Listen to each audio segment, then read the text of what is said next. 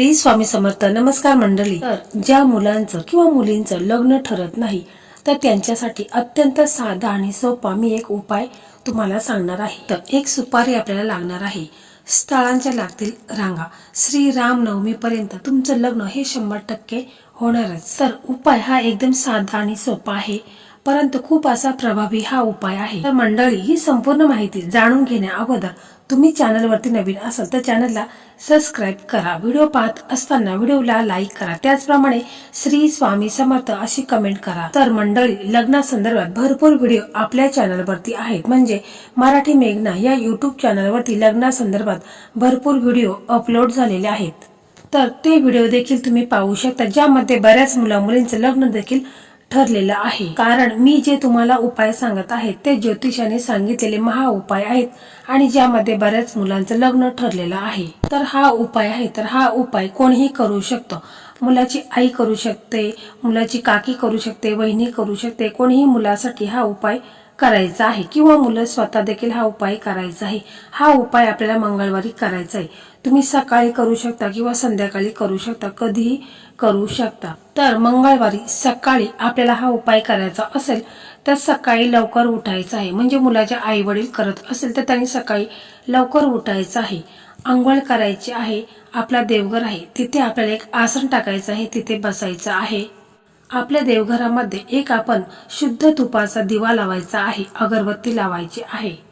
आपले इष्टदेव आहेत, कुलदैवत आहेत, तर त्यांना आपल्याला नमस्कार करायचा आहे. त्याचबरोबर प्रथम पूजनीय गणपती बाप्पा, श्री स्वामी समर्थ महाराज यांना देखील आपल्याला नमस्कार करायचा आहे. मुलांबाबतीत आपल्याला बोलायचं आहे की माझ्या मुलांच्या कुंडलीमध्ये जे काही दोष असतील तर ते दूर होऊन माझ्या मुलांचं लग्न हे लवकरात लवकर ठरू द्या, असं तुम्हाला मनापासून हात जोडून बोलायचं आहे. कारण आपण पाहत असतो की मुलांच्या कुंडलीमध्ये भरपूर अशा समस्या असतात. म्हणजे काही मुलांच्या कुंडलीमध्ये नजर दोष असतो, पितृदोष असतो, मंगल दोष असतो, शनी दोष असतो. तर हे सर्व दोष आहेत, तर ते दूर होण्यासाठीच आपल्याला हा उपाय करायचा आहे. पहा, हा उपाय करण्यासाठी आपल्याला काय करायचं आहे की आपल्याला फक्त एक विड्याचं पान लागणार आहे.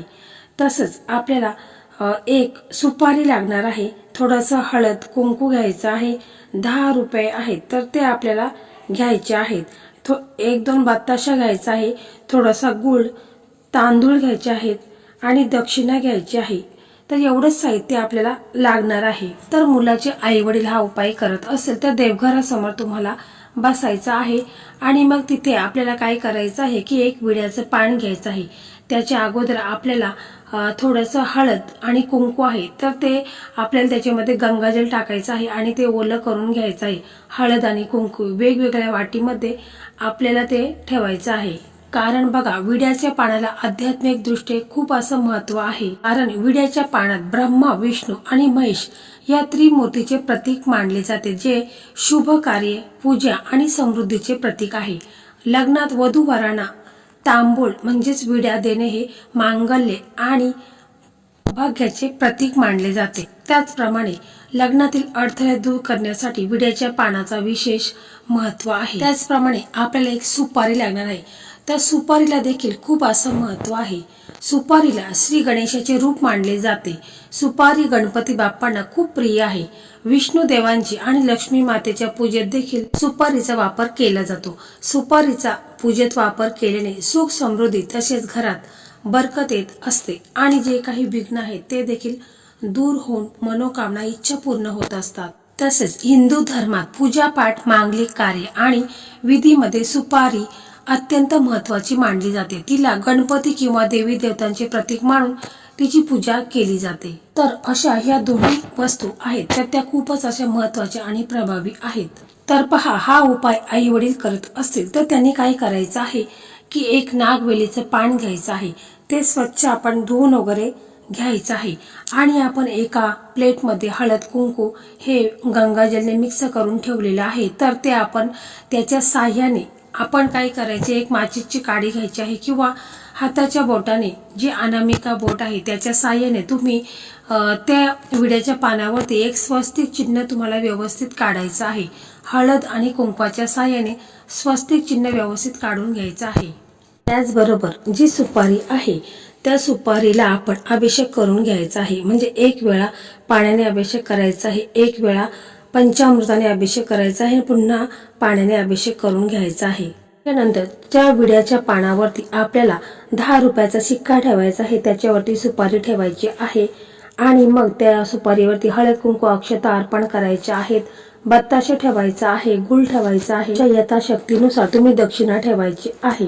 नंतर आपल्याला गणपती बाप्पांचा मंत्र म्हणायचा आहे. ओम गम गणपताय नमः. हा मंत्र तुम्ही 11 वेळा किंवा 21 वेळा म्हणू शकता. त्याच्यानंतर मुलाचे आई वडील हा उपाय करत असेल किंवा मुलं स्वतः करत असतील तर त्यांनी त्यांच्या लग्नाबाबतीत बोलायचं आहे की माझ्या कुंडलीमध्ये जे काही ग्रहदोष आहे, नजर दोष आहे, पितृदोष आहे, तर हे संपूर्णपणे दूर होऊन माझं लग्न हे लवकरात लवकर व्हावे असं तुम्हाला मनापासून श्रद्धेने विश्वासाने बोलायचं आहे. किंवा मुलाचे आई वडील करत असतील तर त्यांनी आपल्या मुलांसाठी असं बोलायचं आहे की माझ्या मुलांच्या कुंडलीमध्ये जे काही ग्रहदोष आहे किंवा अन्य दोष असेल तर तो दूर होऊन माझ्या मुलांचं लग्न हे लवकरात लवकर व्हावे असं तुम्हाला मनापासून प्रार्थना करायची आहे. मग त्याच्यानंतर तुम्हाला काय करायचं आहे की हा जो विड्याचा पान आहे तर तुम्ही तो पान उचलायचा आहे आणि आपल्या जवळपास कुठे गणपती बाप्पांचं मंदिर असेल तर तिथे तुम्हाला हा पान आहे तर तो जाऊन गणपती बाप्पांना अर्पण करायचा आहे. परंतु तुम्हाला गणपती बाप्पांच्या मंदिरामध्ये जाता वेळेस तुम्ही थोडेसे दुर्वा आहे तर दुर्वाचा एखादा हार बनवून घ्यायचा आहे. त्याचप्रमाणे मोदक थोडेसे घ्यायचे आहेत. म्हणजे गणपती बाप्पांना ज्या वस्तू अतिशय प्रिय आहेत जसं की जास्वंदीचं फूल आहे, शमीपत्र आहे, तर हे सर्व वस्तू आहेत तर त्या तुम्ही घेऊनच तुम्हाला गणपती बाप्पांच्या मंदिरामध्ये जायचं आहे.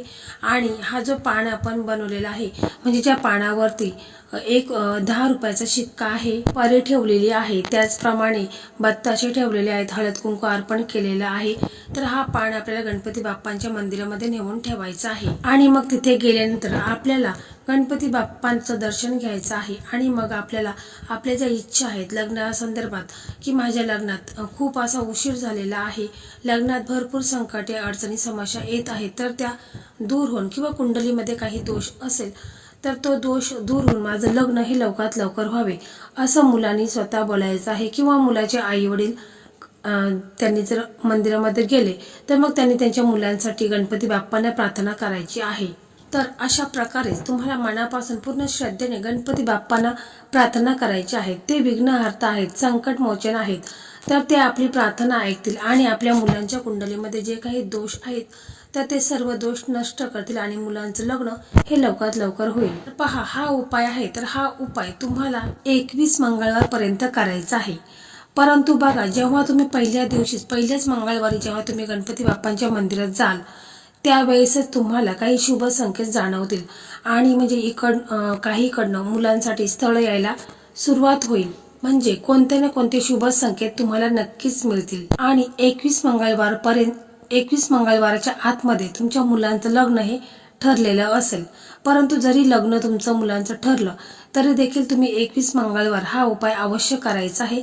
यामध्ये बऱ्याच मुलांचं लग्न देखील ठरलेलं आहे. खूप असा प्रभावी आणि चमत्कारी उपाय आहे. परंतु उपाय करत असताना पूर्ण श्रद्धेने विश्वासानेच करायचा आहे. तर त्या उपायाचा आपल्याला फायदा हा होत असतो. मनामध्ये किंतु परंतु आणायचं नाही. आपण पूर्ण दिवसभर पॉझिटिव्ह राहायचं आहे. मनामध्ये सकारात्मक विचार ठेवायचे आहेत. नकारात्मक विचार हे पूर्ण काढून टाकायचे आहेत. आणि मुलांनी जेव्हा रोजच्या रोज आंघोळ करतात त्यावेळेस आंघोळच्या पाण्यात चिमूटभर हळद टाकायची आहे, थोडंसं गंगाजल टाकायचं आहे आणि आंघोळ करायची आहे. शक्य असेल तर गुरुवारी तुम्ही पिवळे कपडे अवश्य घाला किंवा तुम्ही पिवळा रुमाल आहे तर तो देखील जवळ ठेवला तरी देखील चालेल. तसेच तुम्ही गुरुवारच्या दिवशी हळदीचा टिळा हा देखील अवश्य लावायचा आहे. हे छोटे छोटे उपाय आहेत तर हे देखील तुम्ही करून पहा, कारण या उपायामध्ये खूप ताकद आहे. उपाय छोटे दिसतात परंतु यामुळे लग्नात जे काही अडथळे येत असतात, लग्नात काही ना काही प्रॉब्लेम येत असतात तर ते सर्व दूर होऊन तुमचं लग्न हे लवकरात लवकर होईल. आणि त्याच्या जोडीला आपण हे उपाय देखील करायचे आहेत. हा उपाय इतका प्रभावी आहे की मुलांच्या कुंडलीमध्ये भयंकर कितीही दोष असतील, नजर दोष असू द्या, पितृदोष असू द्या किंवा राहू केतूचा, शनीचा जो काही दोष आहे तर तो संपूर्णपणे दूर होऊन मुलांचं लग्न हे लवकरात लवकर होईल. परंतु उपाय श्रद्धेने विश्वासाने अवश्य करा तरच तुम्हाला त्याचा लाभ 100%. तर मंडळी, अशा प्रकारे आजचा हा व्हिडिओ होता. हा व्हिडिओ तुम्हाला कसा वाटला कमेंटमध्ये नक्की सांगा. व्हिडिओ आवडला तर व्हिडिओला लाईक करा, शेअर करा आणि चॅनलला सबस्क्राईब करा.